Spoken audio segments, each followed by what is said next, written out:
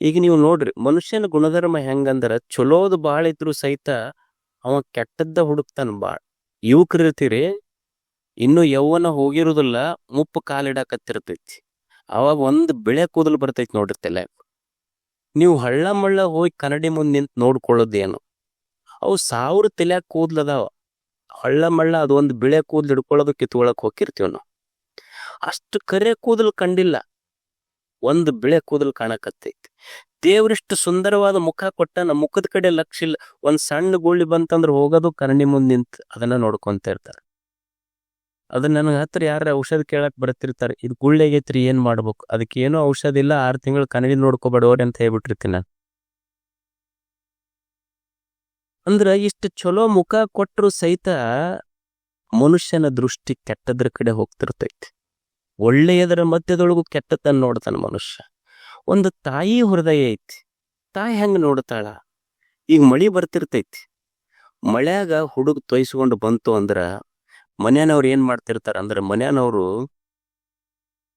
ಹುಡುಗಗ್ ಬೈತಿರ್ತಾರ, ಗೊತ್ತಲ್ಲ ನಿನಗ್ ಮಳಿ ಬರಕತ್ತೈತಿ ಆಡಾಕ್ ಹೋಗಿ ಅಂತ. ಯಾರು? ಮನ್ಯಾನವ್ರು. ತಾಯಿ ಮಗನಿಗೆ ಕರೆದು ಶರಗ್ ತಗೊಂಡು ತಲಿ ಒರೆಸ್ತಾ ಹುಡುಗಗ್ ಬೈಯೋದಿಲ್ಲ, ಮಳಿಗೆ ಬೈತಿರ್ತಾಳ. ಅವ್ವ, ಇದು ಕೋಡಿ ಮಳಿ ನನ್ನ ಮಗನ್ ತಲಿ ತೊಯ್ಸೈತ್ ನೋಡ. ಇದು ದೃಷ್ಟಿಕೋನ ನಾ ಹೇಳುದು. ಕೆಟ್ಟದರ ಮಧ್ಯದಲ್ಲಿಯೂ ಸಹಿತ ಒಳ್ಳೆಯದನ್ನ ಕಾಣುವ ಕಣ್ಣು ಬೇಕಾಗ್ತದೆ ಮನುಷ್ಯ. ಒಳ್ಳೆಯದನ್ನ ನೋಡ್ಬೇಕು. ಒಬ್ಬ ಮನುಷ್ಯ ಇದ್ದ, ಅವ ಕಾಡಿನ ಕಡೆ ಹೋದ್ನಂತ. ಹೋಗಿ ಆನೆಗೆ ಹೇಳ್ದ, ಆನೆಗೆ, ಏನೋ ನೀ ಬಾಳ ದಪ್ಪ ಕಾಣ್ತೀಯಪ್ಪ ಅಂದ. ನಮ್ಮ ಹುಡುಗರು ನೋಡಿ, ನಮ್ಮಲ್ಲೆಲ್ಲ ಜಿಮ್ ಗಿಮ್ ಅದಾವ, 6 ಪ್ಯಾಕ್ ನಮ್ಮಲ್ಲಿ ಹುಡುಗರು.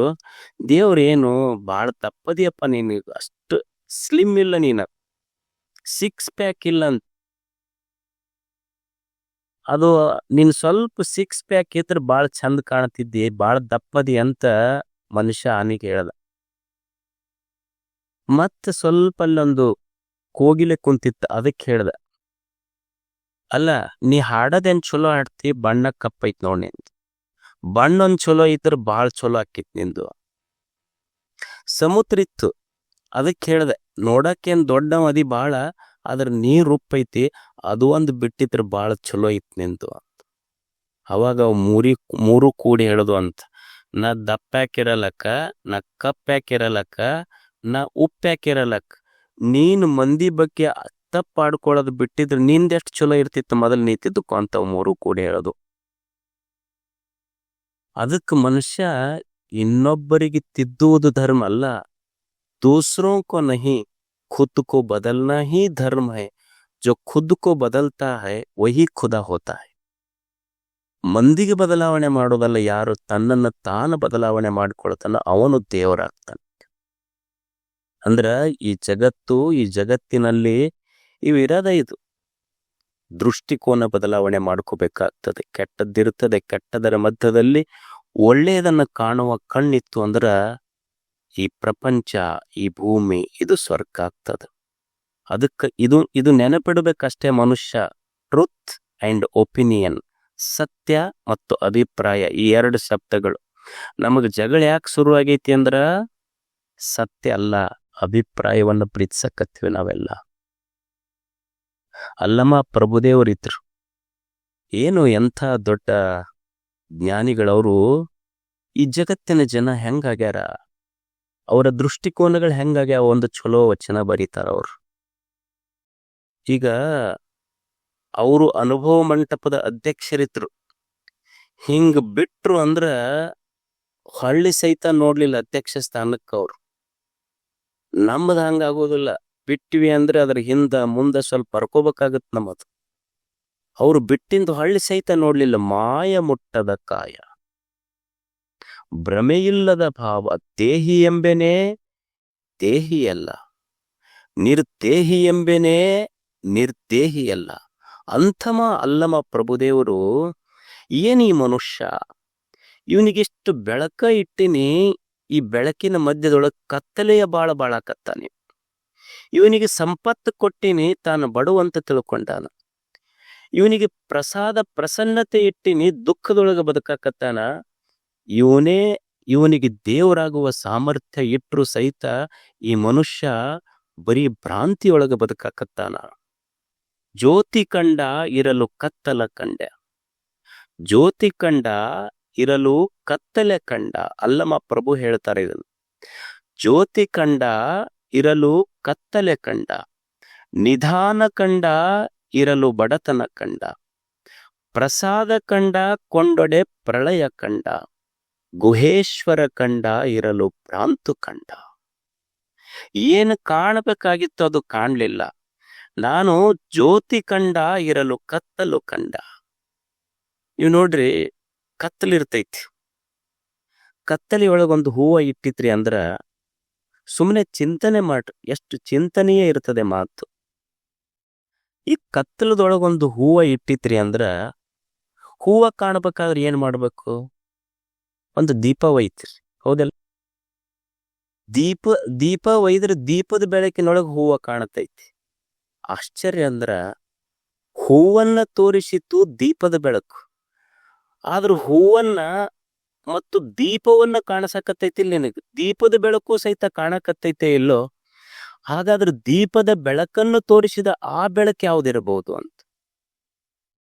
Light off the light. ಹೂವನ್ನ ತೋರಿಸಿದ್ದು ದೀಪದ ಬೆಳಕು, ಆ ದೀಪದ ಬೆಳಕನ್ನ ತೋರಿಸಿದ್ದು ನಿನ್ನೊಳಗ ಪ್ರಜ್ಞೆಯ ಬೆಳಕೈತಲ್ಲ, ಆ ಬೆಳಕಿನಿಂದ ನೀನು ನೋಡ್ಲಿಕ್ಕೆ ಸಾಧ್ಯ ಇದೆ. ಅರಿವು ಇದೆಯಲ್ಲ, ಅದು ನಿನ್ನೊಳಗ ಇಟ್ಟಿನದನ್ನ ಜ್ಞಾನ, ಪ್ರಜ್ಞೆ. ಜ್ಯೋತಿ ಅಂದ್ರೆ ಬೆಳಕು, ಜ್ಞಾನ. ಕತ್ತಲೆ ಅಂದ್ರೆ ಅಜ್ಞಾನ. ನಿನ್ನೊಳಗ ಜ್ಞಾನ ಇಟ್ಟಿನಿ, ನಿನಗ್ ಗೊತ್ತಾಗುವಲ್ದು ಯಾವುದು ಸರಿ ಯಾವುದು ತಪ್ಪು ಅಂತ ಮನುಷ್ಯನೇ. ಅಲ್ಲಮನ ಮಾತಿದು. ಅವನೊಳಗ ಜ್ಞಾನ ಇಟ್ಟು ಕಳಿಸಿನಿ, ಅದ್ರ ಕತ್ತಲೆಯ ಬದುಕ ಒಂದು ಬದುಕಕತ್ತಾನೆ. ಯಾವುದು ಸರಿ ಯಾವುದು ತಪ್ಪು ಅಂತ ಗೊತ್ತಾಗ್ತಾ ಇಲ್ಲ ಅವನಿಗೆ. ಈಗ ನೀವು ನೋಡ್ರಿ, ತಾಯಂದಿರಿರ್ತಾರ. ಈಗ ನೀವು ಅನ್ನ ಮಾಡ್ತೀರಿ, ಅನ್ನ ಮಾಡುವಾಗ ಅಕ್ಕಿ ಮರದೊಳಗೆ ಹಾಕೊಂತೀರಿ ಇಲ್ಲ?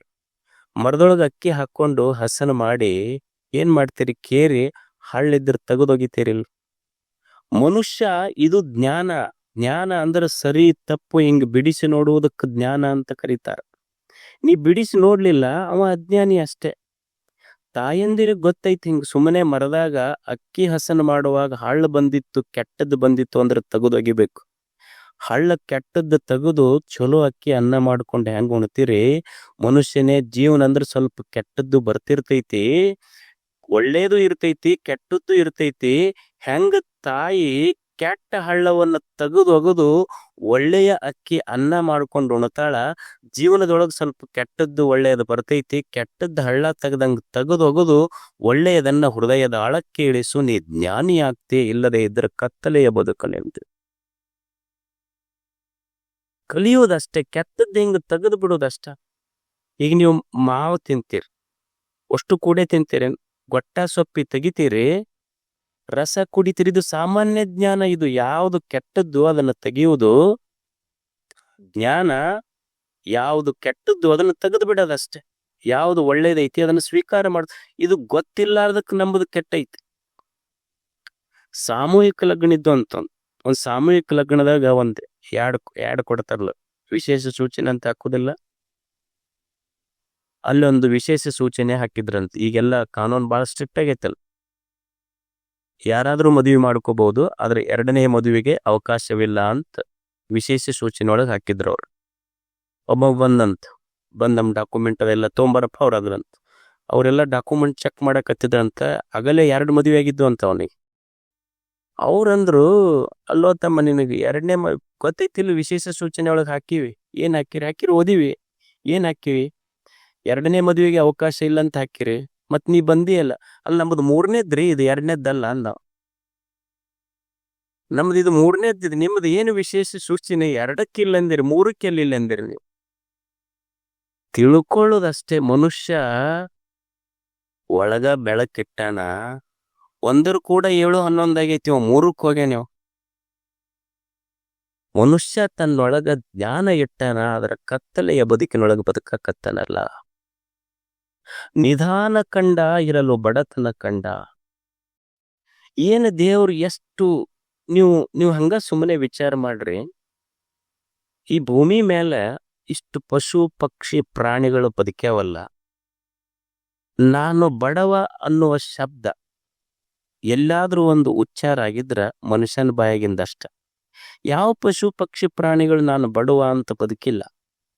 ಯಾಕಂದ್ರೆ ನಿಸರ್ಗದೊಳಗೆ ಇಲ್ಲವೇ ಇಲ್ಲಲ್ಲ ಅದು.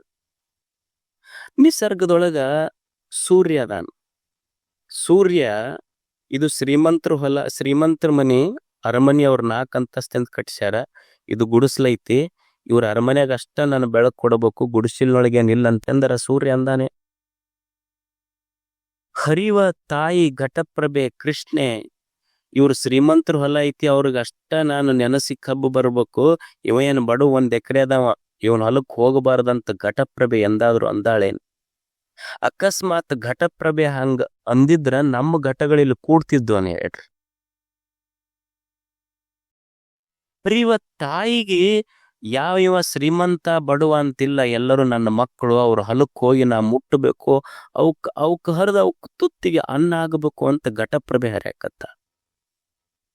ಹರಿವ ನದಿಗೈತೇನೆ ಹೇಳಿ. ಬೀಸುವ ಗಾಳಿಗೆ ಏನಾದ್ರೂ ಬಡವ್ರ ಮನ್ಯಾಗ ಅಷ್ಟು ಸ್ಪೆಷಲ್ ಚಲೋದು ಗಾಳಿ ಒಯ್ಬೇಕು, ಚಲೋ ಶ್ರೀಮಂತರ ಮನ್ಯಾಗ ಬಡವ್ರಿಗೆ ಯಾವ್ದಾರ ಕೆಟ್ಟದ್ದು ಗಿಟ್ಟಿದ್ದು ಗಾಡಿ ಓಡಾಡಿತ್ತು ಅಂತವ್ ಬಿಡ್ಬೇಕಂತ ಯಾವ್ದಾದ್ರು ಗಾಳಿ ಒಮ್ಮೆ ಹಿಂಗಂದೈತೇನು? ನಿಸರ್ಗದೊಳಗೆ ಎಲ್ಲರೇ ಐತೇನಿದು ಬಡತನ ಶ್ರೀಮಂತಿಕೆ? ಈ ಬಡತನ ಶ್ರೀಮಂತಿಕೆ ನಮ್ಮ ಮನಸ್ಸಿನೊಳಗೆ ಐತೆ. ದೇವರು ಸಂಪತ್ತು ಕೊಟ್ಟಾನ, ಆದ್ರೆ ಅದನ್ನ ಅರಿಯುವ ಮನಸ್ಸು ನಮಗಿಲ್ಲ ಅಷ್ಟು. ಒಂದು ಹುಡುಗಿತ್ತು, ಸಣ್ಣ ಹುಡುಗಿ, 4 ಜನ ಮಕ್ಕಳು, ಬಡವರು, 4 ಹೆಣ್ಣಾಗಿದ್ದು ಪಾಪ ಅವನಿಗೆ. ಹೆಣ್ಣ ಗಂಡ ಮಕ್ಕಳಷ್ಟೇ, ಬಾಳ ತಲೆ ಕೆಡಿಸ್ಕೋಬಾರ್ದು ಅದ್ರ ಬಗ್ಗೆ.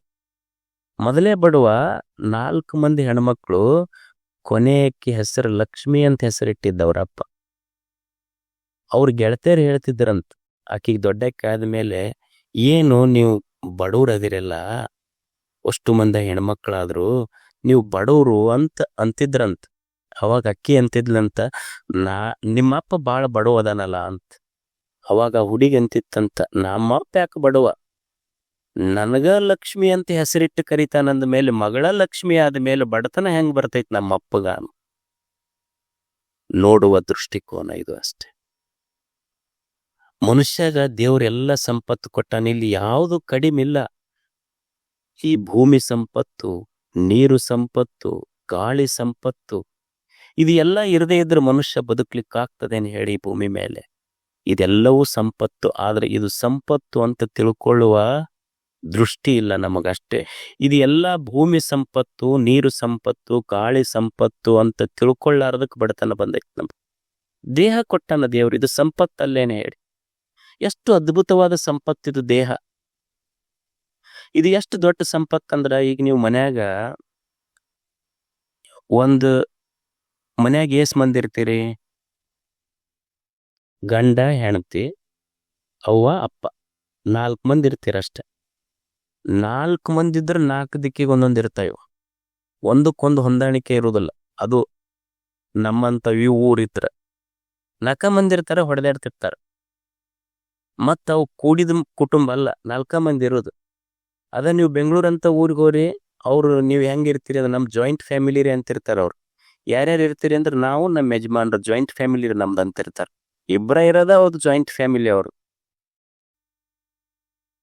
ಅಂದ್ರ ಮನ್ಯಾಗ 4 ಮಂದಿ ಇಷ್ಟು ಹೊಡೆದಾಡ್ತಾರ.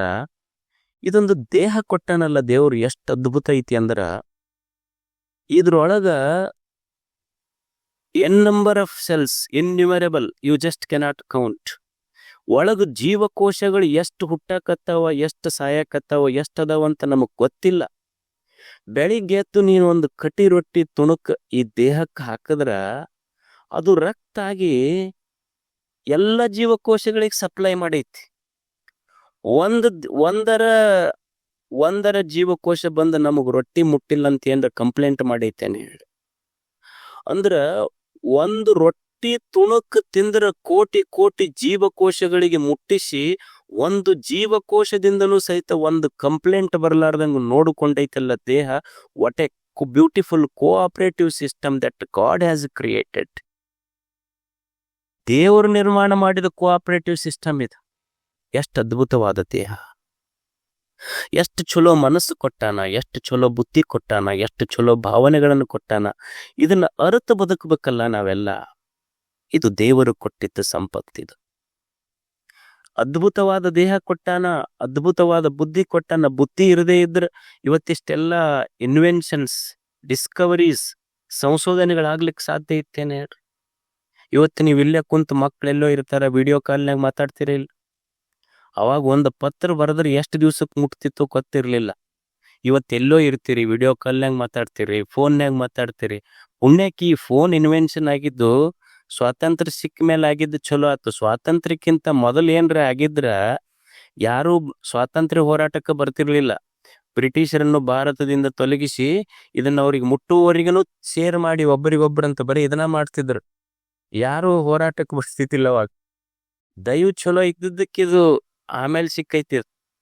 But what ever it may be, invention is good. ಅಂದ್ರೆ ಒಪ್ಕೋಬೇಕಲ್ಲ, ಇವತ್ತಿಷ್ಟೆಲ್ಲ ಟೆಕ್ನಾಲಜಿ ಎಷ್ಟು ಸಹಾಯ ಮಾಡೈತಿ. ಬುದ್ಧಿ ಮನುಷ್ಯಂದು, ಕಾವ್ಯ, ಕಲೆ, ಸಾಹಿತ್ಯ, ಸಂಗೀತ ಇವೆಲ್ಲ ಬುದ್ಧಿಯ ನಿರ್ಮಾಣಗಳಲ್ಲ. ದೇವರೆಷ್ಟು ಇದೆಲ್ಲ ಸಂಪತ್ತಲ್ಲೇನಾಗಿದ್ರೆ ಮನಸ್ಸದೇ ಸಂಪತ್ತು. ಸಂಬಂಧಗಳದಾವ ಸಂಪತ್ತು.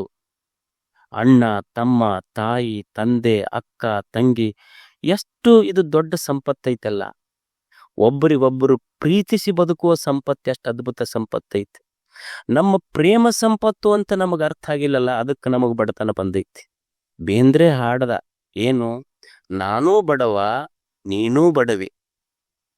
ಮತ್ತೆ ನಾನೂ ಬಡವಿ ನೀನೂ ಬಡವಿ ಆದ್ಮೇಲೆ ನಮ್ಮನ್ನ ಶ್ರೀಮಂತರ ಮಾಡಿದ್ಯಾವುದು ಅಂದ್ರ ನನ್ನ ನಿನ್ನ ಎದೆಯೊಳಗಿರುವ ಪ್ರೇಮ ಐತೆಲ್ಲ, ಅದು ನಮ್ಮನ್ನ ಶ್ರೀಮಂತರ ಮಾಡೈತಿ ಅಂತ. ಪ್ರೇಮ ಅಷ್ಟು ದೊಡ್ಡದೈತಿ.